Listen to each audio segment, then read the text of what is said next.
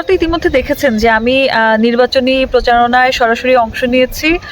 গতকালও নির্বাচনী প্রচারণায় আমার যে টিম রয়েছে এবং 10 দলীয় জোটের যে অন্যান্য টিম রয়েছে তারা সহ নির্বাচনী প্রচারণা করেছি, আজকেও করছি।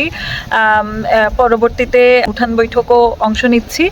তো দেখা যায় যে 10 দলীয় জোটের যে প্রার্থী আব্দুল হান্নান মাসুদ, তিনি আসলে যতটুকু করার সেটা গত 1.5 বছরে করে ফেলেছে। নির্বাচনের আর মাত্র 20 দিন।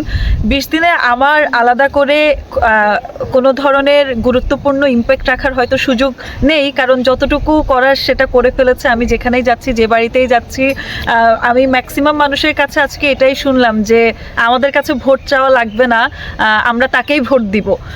তো এটা আসলে ওনার জন্য বিরাট পাওয়া। উনি মানুষের জন্য যেটা 1.5 বছর ধরে চেষ্টা করেছেন, মানুষের উন্নয়নের জন্য, মানুষের যাতায়াত ব্যবস্থা, শিক্ষা ব্যবস্থা, চিকিৎসা ব্যবস্থা, নদী ভাঙ্গন রোধ, এইসব যে তিনি মানুষের কল্যাণে কাজ করেছেন, মানুষজন সেটা বুঝতে পেরেছে, মানুষজন সেটা ধারণ করে এবং তারা আশা করি নির্বাচনের দিন সেভাবেই যাকে তারা যোগ্য মনে করবে তাকে তারা ভোট দিবে।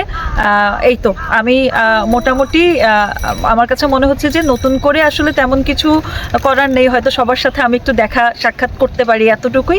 কিন্তু যেটুকু যেটুকু করার সেটা 10 দলীয় জোটের প্রার্থী এবং তার যে সঙ্গীরা শুরু থেকে তার সাথে ছিল তারা অলরেডি সেটা করে ফেলেছে।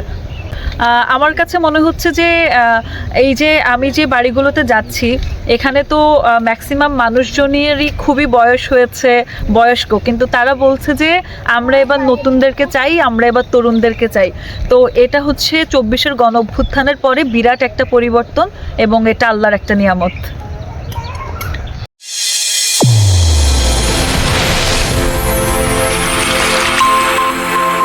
চ্যানেল A1 হৃদয়ের স্পন্দন।